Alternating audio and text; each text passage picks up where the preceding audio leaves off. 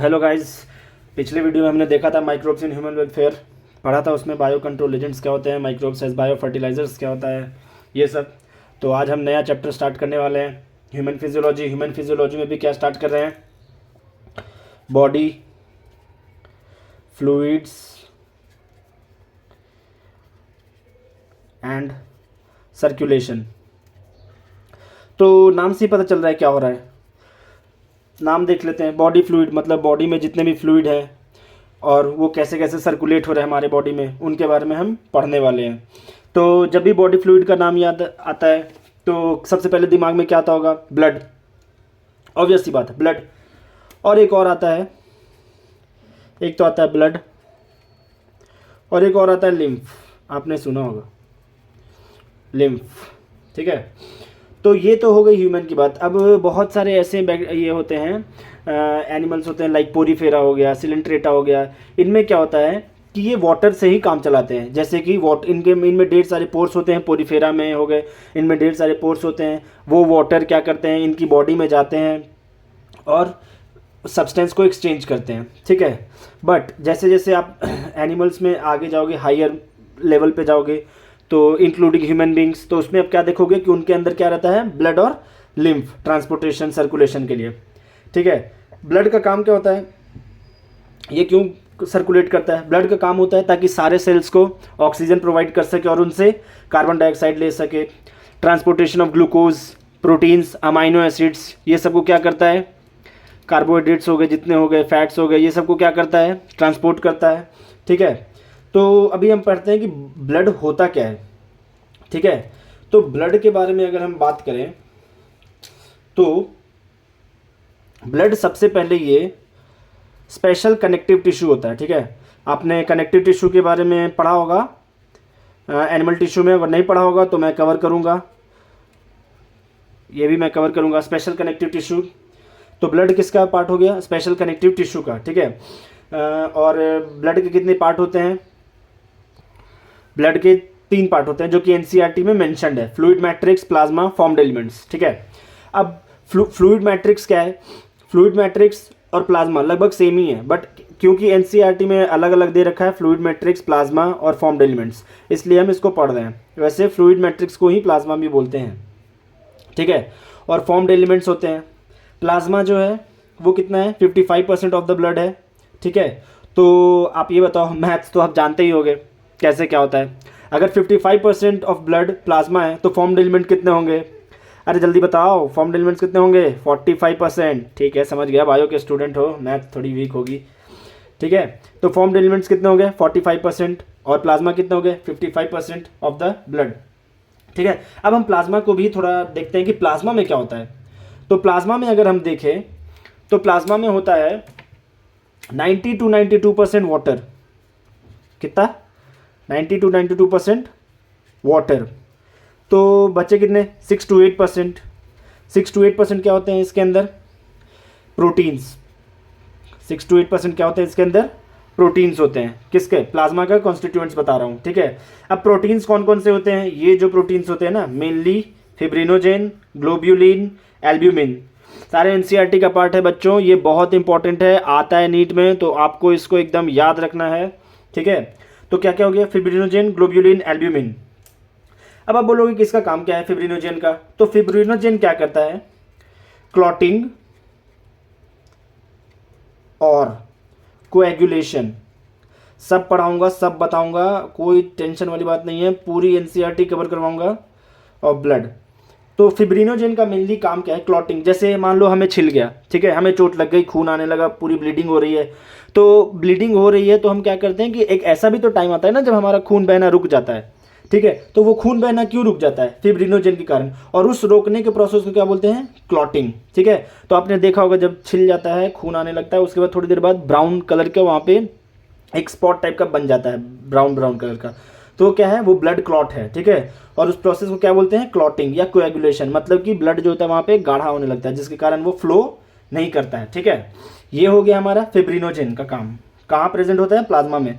दूसरी चीज़ क्या है, ग्लोब्यूलिन। ग्लोब्यूलिन क्या करता है, ये मेनली डिफेंड करता है। अब डिफेंड किससे करता है, ये डिफेंड करता है किससे, डिजीज से, ठीक है। अब मान लो कि कोई बैक्टीरिया हमें हार्म कर रहा है, तो ये क्या करता है, डिफेंड करता है। और डिफेंड कौन करता है, WBC, ठीक है। तो ये काम हो गया किसका, ग्लोब्यूलिन का। एल्ब्यूमिन क्या होता है, ये ऑस्मोटिक बैलेंस मेंटेन करता है। क्या करता है, ये ऑस्मोटिक बैलेंस मेंटेन करता है। अब ब्लड का कुछ हो गया ऑस्मोटिक कॉन्सेंट्रेशन, और बॉडी का कुछ हो गया कॉन्सेंट्रेशन, तो कॉन्सेंट्रेशन इधर से उधर नहीं होना चाहिए, इसलिए क्या ये ऑस्मोटिक बैलेंस को मेंटेन करके रखता है। कौन, एल्ब्यूमिन। तो फिब्रिनोजेन, ग्लोब्यूलिन, एल्ब्यूमिन के बारे में हम पढ़ लिए। अब हम देखते हैं कि एक और चीज़ है, ये NCERT में दे रखा है, plasma without clotting factor. Clotting factor क्या होता है, क्लॉटिंग फैक्टर एक तो हो गया हमारा ये फिब्रिनोजेन, ठीक है, जो सीधा क्लॉटिंग फैक्टर मतलब जो ब्लड को क्लॉट करवाते हैं उनको क्या बोलेंगे, क्लॉटिंग फैक्टर, ठीक है। तो क्लॉटिंग फैक्टर और क्या होता है, तो क्लॉटिंग फैक्टर ढेर सारे होते हैं, factor 1, factor 2, factor 3 till factor 8 तक होते हैं, ठीक है। तो फैक्टर 1 में आ गया फिब्रिनोजेन, फैक्टर 2 में आ गया प्रोथ्रोम्बिन, थ्रोम्बोप्लास्टिन, ये सब कवर करेंगे हम आगे। बट 8 फैक्टर हैं टोटल, बट हमें इस लेवल पे अभी 8 फैक्टर को जानने की जरूरत नहीं है, ये मैं बस ऐसे बता दे रहा हूँ। ये भी NCERT में नहीं लिखा, फैक्टर 1 में फिब्रिनोजेन आता है, फैक्टर 2 में प्रोथ्रोम्बिन, ये बस आप जान लो कि 8 फैक्टर्स होते हैं, ठीक है। तो अब NCERT की एक लाइन है जो कि बहुत इंपॉर्टेंट लाइन है, plasma without clotting factor is called, ये कितनी बार आ चुका है, plasma without clotting factor is called serum. अगर हम प्लाज्मा में ही तो प्रेजेंट है ना फिब्रिनोजेन, और तो अगर ये क्लॉटिंग फैक्टर ये हो गए या फिर प्रोथ्रोम्बिन और थ्रोम्बोप्लास्टिन जितने भी हो गए, सारे क्लॉटिंग फैक्टर को हम निकाल दें, उस प्लाज्मा को क्या बोलेंगे, सीरम बोलेंगे। उस प्लाज्मा को क्या बोलेंगे हम, सीरम बोलेंगे, ठीक है। तो ये हो गया हमारा प्लाज्मा का, ठीक है। हमने देख लिया कि वाटर कितने होते हैं, 90 to 92% और 6 to 8% प्रोटीन्स होते हैं। प्लाज्मा पढ़ लिया। अब हम चलते हैं फॉर्म्ड एलिमेंट्स में। फॉर्म्ड एलिमेंट्स में क्या होता है, फॉर्म्ड एलिमेंट्स में मेनली 3 चीज़ें आती हैं, मैं लिख देता हूँ। फॉर्म्ड एलिमेंट्स, इसमें मेनली कितनी चीज़ आती हैं, 3 चीज़ें। आप बता सकते हो, RBC, WBC और प्लेटलेट्स। आप जानते होगे, प्लेटलेट सुना होगा, RBC भी सुना होगा, red blood corpuscles, WBC white blood corpuscles, platelets तो प्लेटलेट्स होते ही हैं, ठीक है। तो अब हम पहले RBC के बारे में पूरे डिटेल में पढ़ते हैं।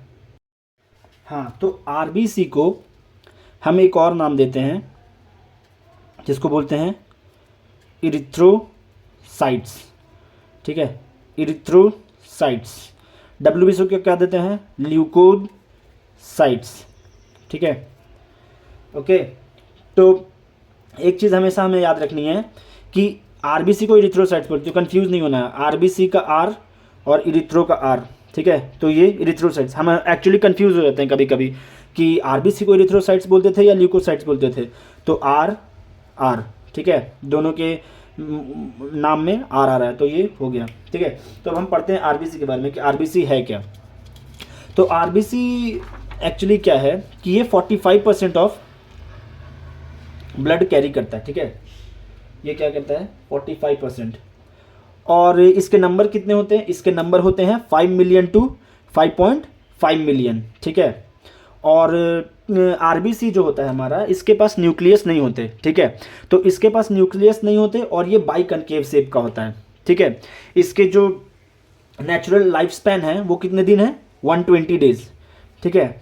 तो इनके अंदर न्यूक्लियस नहीं होते हैं, ठीक है, तो ऐसा बोल देंगे। और ये एक चीज़ कैरी करते हैं, कौन सा गैस, O2, ठीक है। ये क्या करते हैं, O2 गैस हमारे लंग्स से, जो लंग्स में जो एल्वियोलाई प्रेजेंट होता है उनसे ये O2 गैस लेते हैं और क्या करेंगे, हमारे सेल्स को देंगे ये, और सेल्स को O2 गैस देते हैं और एक्सचेंज में क्या लेते हैं, CO2 गैस। और फिर वो CO2 गैस कहाँ लौटा देते हैं, वापस हमारे लंग्स में। वो हम रेस्पिरेटरी सिस्टम में पढ़ेंगे, रेस्पिरेशन में। तो फिलहाल हम देख लेते हैं इरिथ्रोसाइट्स का काम क्या होता है। ये O2 गैस को लेता है और किसको देता है, हमारे बॉडी के सेल्स को, और उन सेल्स से क्या ले लेता है, CO2, और CO2 फिर किसको दे देता है, एल्वियोलाई को। तो हम सांस छोड़ते हैं तो वो CO2 फिर वापस आ जाता है। तो अब बोलोगे कि अच्छा, तो फिर ये इरिथ्रोसाइट्स में ही ऐसा क्या है कि ये O2 गैस को कैरी करता है और CO2 को वापस से भेज देता है, O2 CO2 दोनों कैरी करता है। तो उस केस में मैं बोलूँगा कि इरिथ्रोसाइट्स में एक चीज़ प्रेजेंट होती है जिसका नाम है ग्लोबिन। क्या है इसमें? हीमोग्लोबिन। हीम मतलब पढ़ा होगा आपने, आयरन। ठीक है, तो आयरन एक प्रेजेंट होता है इसके अंदर। ठीक है, हीमोग्लोबिन। ये हीमोग्लोबिन क्या करता है कि 4 मॉलिक्यूल ऑफ ऑक्सीजन को कैरी करता है। ठीक है, तो ये हीमोग्लोबिन की वजह से ही कौन सा कलर प्रोवाइड करता है? Red colour. इसलिए हम इसको क्या बोलते हैं? Red blood corpuscles. ठीक है, तो ये इरिथ्रोसाइट्स रेड कलर क्यों होता है? Just because of haemoglobin. ठीक है, और ये हीमोग्लोबिन ही रीज़न है जिसके कारण वो गैस को कैरी करता है। तो 100 ml ऑफ ब्लड में 12 to 16 gram of haemoglobin present होते हैं। ये बहुत इंपॉर्टेंट है। ठीक है, 12 to 16 ग्राम ऑफ हीमोग्लोबिन कितने ml ब्लड में? 100 ml ब्लड में। और इनका लाइफ स्पैन कितना होता है? 120 डेज होता है। ये कौन सा गैस कैरी करते हैं? O2 और CO2। तो आपको मैं आपको एक फैक्ट बताता हूँ। एक्चुअली होता क्या है कि जो पोल्यूशन हो रहा है ना, तो गाड़ियों से हो गया, तो उनसे क्या निकलता है? हार्मफुल गैसेस निकलते हैं, जैसे कार्बन मोनोऑक्साइड हो गया। तो कार्बन मोनोऑक्साइड क्या करता है कि जब ये कार्बन मोनोऑक्साइड को हम इनहेल कर लेते हैं, सपोज गाड़ी से धुआं निकली और हम वहीं पे थे और हमने इनहेल कर लिया, तो जब इनहेल किया तो क्या होता है कि CO जो कार्बन मोनोऑक्साइड है वो क्या करता है कि वो हमारे एल्वियोलाई में आता है। और एल्वियोलाई से ही क्या ये हीमोग्लोबिन लेता है गैसेस को। ठीक है, तो ये कार्बन मोनोऑक्साइड क्या करता है कि इस हीमोग्लोबिन के साथ मर्ज हो जाता है, और ये ऐसा मर्ज होता है कि ये जाके फिर स्टेबल हो जाता है। मतलब कि जब ये सेल्स के पास गया, या फिर ऐसा आप बोल लो कि ये कार्बन मोनोऑक्साइड इसके साथ रिएक्ट होकर एक स्टेबल कंपाउंड बना लेता है। तो जिसके कारण क्या होता है कि अब जितना ज़्यादा CO आया उतना ज़्यादा क्या हो गया? हीमोग्लोबिन हमारा स्टेबल हो गया। हीमोग्लोबिन स्टेबल हो गया तो फिर ये हीमोग्लोबिन ऑक्सीजन लेगा नहीं, ट्रांसपोर्टेशन ऑफ गैसेस होंगे नहीं। तो ट्रांसपोर्टेशन ऑफ गैसेस नहीं होंगे तो क्या होगी? हमें दिक्कत होगी। हमारे सेल्स को प्रॉपर ऑक्सीजन नहीं मिलेगा तो फिर वो क्या बीमारियों से टैकल करेंगे और सांस लेने में भी तकलीफ होगी। ठीक है, तो ये रीज़न है। लेकिन ऑक्सीजन क्या करता है कि ऑक्सीजन जब इसके साथ कंबाइन करता है ना, तो ये स्टेबल नहीं होते। ठीक है, ये क्या करते हैं कि कंबाइन करते हैं और अनकम्बाइन होते रहते हैं। ठीक है, बट CO क्या करता है? इनके साथ एक स्टेबल कंपाउंड बना लेता है, जिसके कारण फिर ये गैसेस एक्सचेंज कर ही नहीं पाते। ठीक है, तो ये रीज़न है। तो ये हो गया हीमोग्लोबिन का पार्ट। हाँ, और ये इरिथ्रोसाइट्स जो होते हैं 120 डेज ही सर्वाइव कर पाते हैं, उसके बाद ये मरते हैं तो कहाँ जाते हैं? ये जाते हैं स्प्लीन में। ठीक है, कहाँ जाएंगे? स्प्लीन में। स्प्लीन को क्या बोलते हैं हम? स्प्लीन को बोलते हैं ग्रेवयार्ड ऑफ RBC।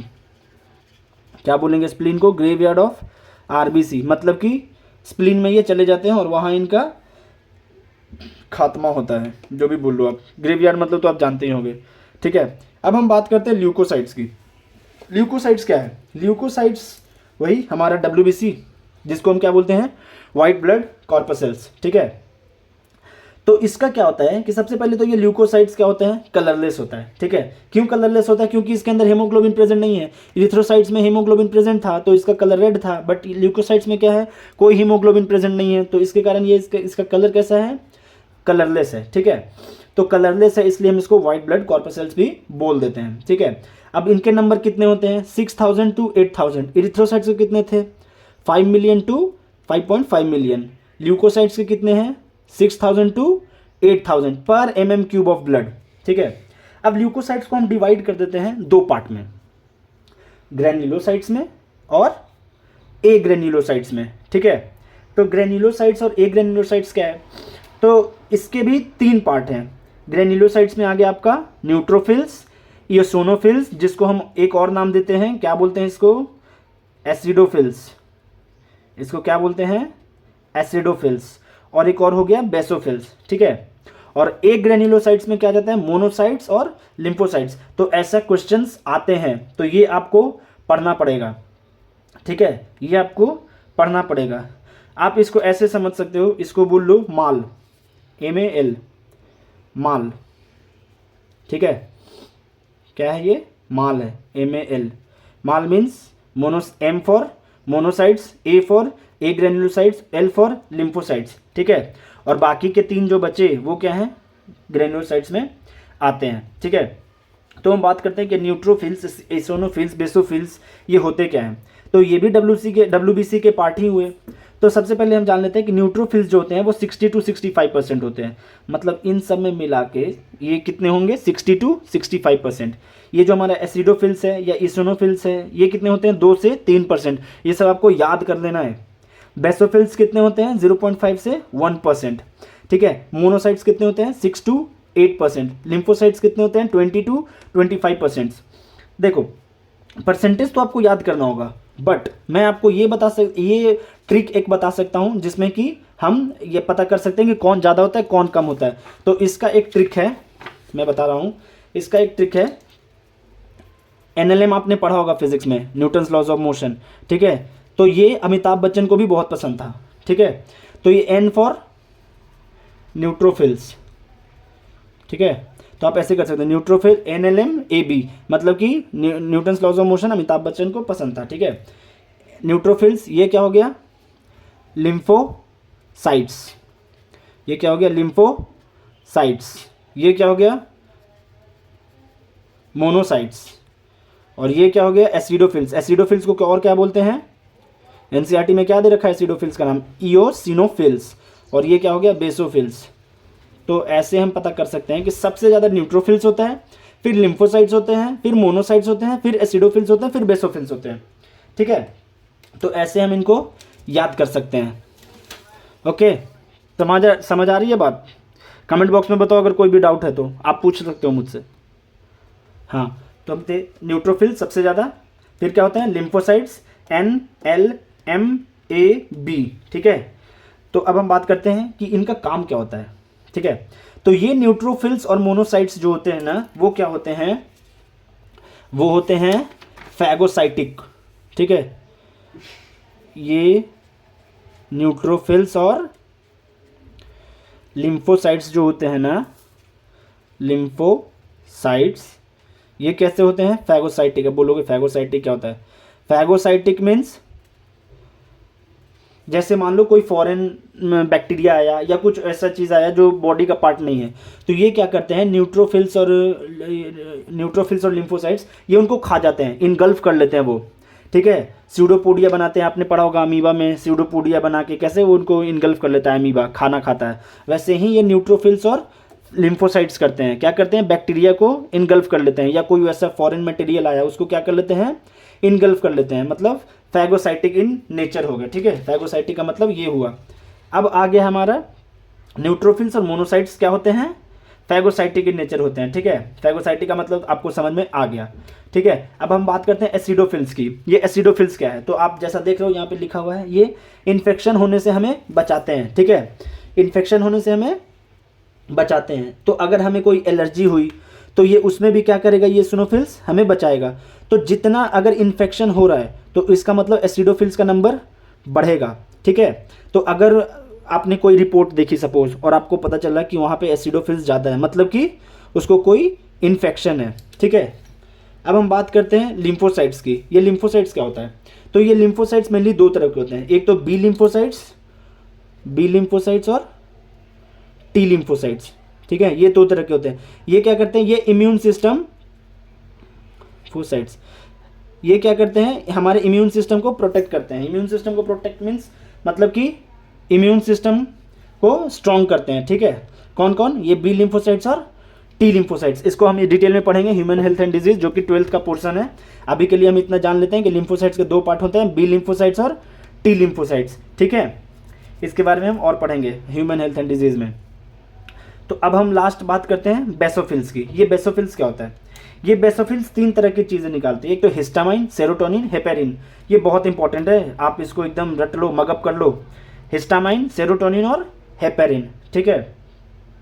तो ये क्या करता है कि सपोज हमें कोई बैक्टीरिया या कोई वैसा फॉरेन मटेरियल हमारा आया जो कि हमारे बॉडी का पार्ट नहीं है, तो क्या होता है कि हमारा जो भी लिम्फोसाइट्स, WBC का काम क्या होता है कि देखता है कि अरे ये अपने बॉडी का है कि नहीं। ठीक है। जब पता चलता है कि नहीं है तो फिर ये क्या करता है, हिस्टामाइन, बेसोफिल्स क्या करते हैं, हिस्टामाइन, सेरोटोनिन, हेपेरिन रिलीज करते हैं। इससे क्या होता है, ये इन्फ्लेमेटरी होते हैं। अब आप बोलोगे इन्फ्लेमेटरी मीन्स आपको कभी ऐसा होता होगा कि कोई इन्फेक्शन हुआ सपोज, मैं रियल लाइफ एग्जांपल देता हूँ। कोई आपको इन्फेक्शन हुआ तो उसमें क्या करते हैं कि हमें इचिंग होती है, खुजली होती है, तो हम खुजलाते हैं, तो क्या हो जाता है, वो रेड कलर का होता है। किसी किसी कंडीशन में क्या होता है कि वो स्वेल भी हो जाता है, ठीक है, तो उसे ही हम इन्फ्लेमेशन बोलते हैं। तो वो क्यों होता है, रेडनेस आ जाता है, स्वेल हो जाता है, और आप कभी टच देखोगे उसको टच करके तो वो थोड़ा टेम्परेचर भी ज़्यादा हो जाता है, मतलब कि वो थोड़ा गर्म भी हो जाता है। तो ये सब क्या है, इन्फ्लेमेशन है, इन्फ्लेमेटरी रिएक्शंस हैं, ठीक है। और ये क्यों होते हैं, बेसोफिल्स की वजह से, क्योंकि वो रिलीज करते हैं क्या क्या, हिस्टामाइन, सेरोटोनिन और हेपेरिन। एकदम याद हो जाना चाहिए, हिस्टामाइन, सेरोटोनिन और हेपेरिन। तो ये रहा WBC के बारे में। अब हम चलते हैं प्लेटलेट्स के बारे में पढ़ते हैं। किसके बारे में पढ़ते हैं, प्लेटलेट्स के बारे में। प्लेटलेट्स के बारे में जानते हैं क्या है, प्लेटलेट्स को हम क्या बोलते हैं, थ्रोम्बोसाइट्स भी बोलते हैं। और प्लेटलेट्स एक्चुअली होते क्या है, ये सेल फ्रेगमेंट्स होते हैं जो कि बनते हैं किससे, मेगा कैरियोसाइट्स में। ये एक स्पेशल सेल है, क्या नाम है, मेगा कैरियोसाइट्स, जो कि प्रेजेंट कहाँ होते हैं, बोन मैरो में, ठीक है। और RBC कहाँ बनते थे, रेड बोन मैरो में, ठीक है। बोन मैरो दो तरह के होते हैं, रेड बोन मैरो और येलो बोन मैरो, ठीक है। और ये नंबर्स में कितने होते हैं, तो ये नंबर्स में होते हैं 1.5 लाख टू 3.5 लाख, ठीक है, पर mm क्यूब ऑफ ब्लड, ठीक है। कितने नंबर होते हैं, 1.5 लाख टू 3.5 लाख, ठीक है। और इनका ये मेनली क्या होता है, ये केमिकल रिलीज करते हैं जो कि क्या में हेल्प करते हैं, क्लॉटिंग में, ठीक है। तो ये क्या करवाते हैं, क्लॉटिंग और कोएगुलेशन, ठीक है। कौन, ये प्लेटलेट्स, ठीक है। तो अगर ऐसा भी बोलते हैं कि अगर प्लेटलेट्स नहीं रहा तो क्या होगा, अगर उनके कहीं पे भी इंजरी हुई तो ब्लड क्या होगा, बहता ही रहेगा। क्यों, क्योंकि ये ही प्लेटलेट्स जो होते हैं वो मेनली करते हैं क्लॉटिंग में हेल्प। तो क्लॉटिंग मतलब बताया था आपको, तो क्लॉटिंग में हेल्प करते हैं, ठीक है। तो अगर प्लेटलेट्स नहीं रहा तो डेंगू में क्या होता है, डेंगू में प्लेटलेट्स का नंबर क्या हो जाता है, कम। तो उसके कारण क्या होगा, जब भी अगर मान लो हमें कोई इंजरी हुई तो ब्लड अगर बह रहा है तो वो बहता ही रहेगा, रुकने में उसको प्रॉब्लम होगी। क्यों, क्योंकि प्लेटलेट्स का नंबर ही कम है, प्लेटलेट्स ही कम है, और प्लेटलेट्स ही रिस्पॉन्सिबल है क्या करने में, हमारे ब्लड को क्लॉट करवाने में। तो ये रहा प्लेटलेट्स तक का पार्ट। और बाकी बॉडी फ्लूइड्स एंड सर्कुलेशन हम कवर करेंगे अगली वीडियो में। तो तब तक के लिए अगर कोई डाउट है तो आप मुझे कमेंट बॉक्स में बता सकते हो। वीडियो पसंद आई हो, सब कुछ समझ आया हो, क्रिस्टल क्लियर हो, तो आप वीडियो को लाइक कर दो और चैनल को सब्सक्राइब कर दो, ताकि मैं ऐसे ही वीडियो लाता रहूं और आपको पूरा बायो में हेल्प करूं। आप जितना ज़्यादा मार्क्स स्कोर कर सको अपने नीट में, अपने कोई सा भी कॉम्पिटिटिव एग्ज़ाम में। तो ठीक है, फिर धन्यवाद।